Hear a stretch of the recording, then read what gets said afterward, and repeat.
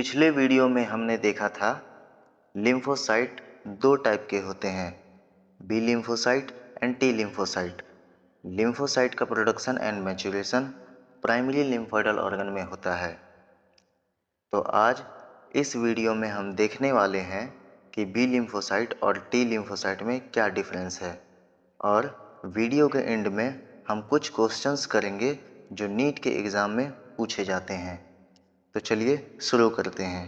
Lymphocyte का production bone marrow में होता है और इस इमेच्योर लिम्फोसाइट का maturation bone marrow and thymus में होता है। अगर इमेच्योर लिम्फोसाइट का मैच्योरेशन बोन मैरो में ही हो जाता है तो इसे बी लिम्फोसाइट कहते हैं।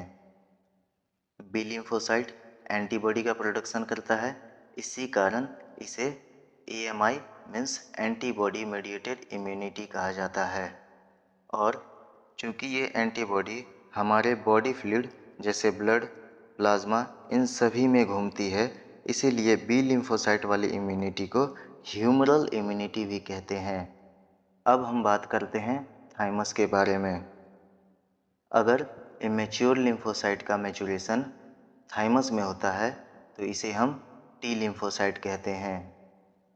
टी लिम्फोसाइट फॉरेन सेल्स को डायरेक्टली किल करता है, इसलिए टी लिम्फोसाइट वाली इम्यूनिटी को सेलुलर इम्यूनिटी या सेल मेडिएटेड इम्यूनिटी सीएमआई कहते हैं।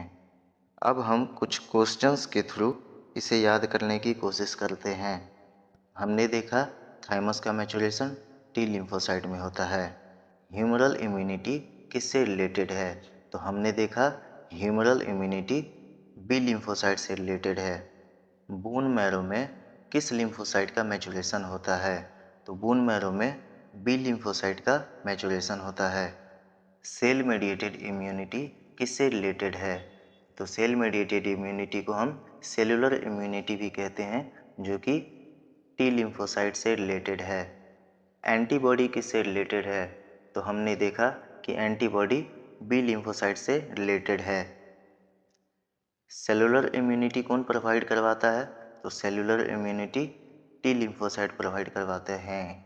एंटीबॉडी मेडिएटेड इम्यूनिटी किससे रिलेटेड है?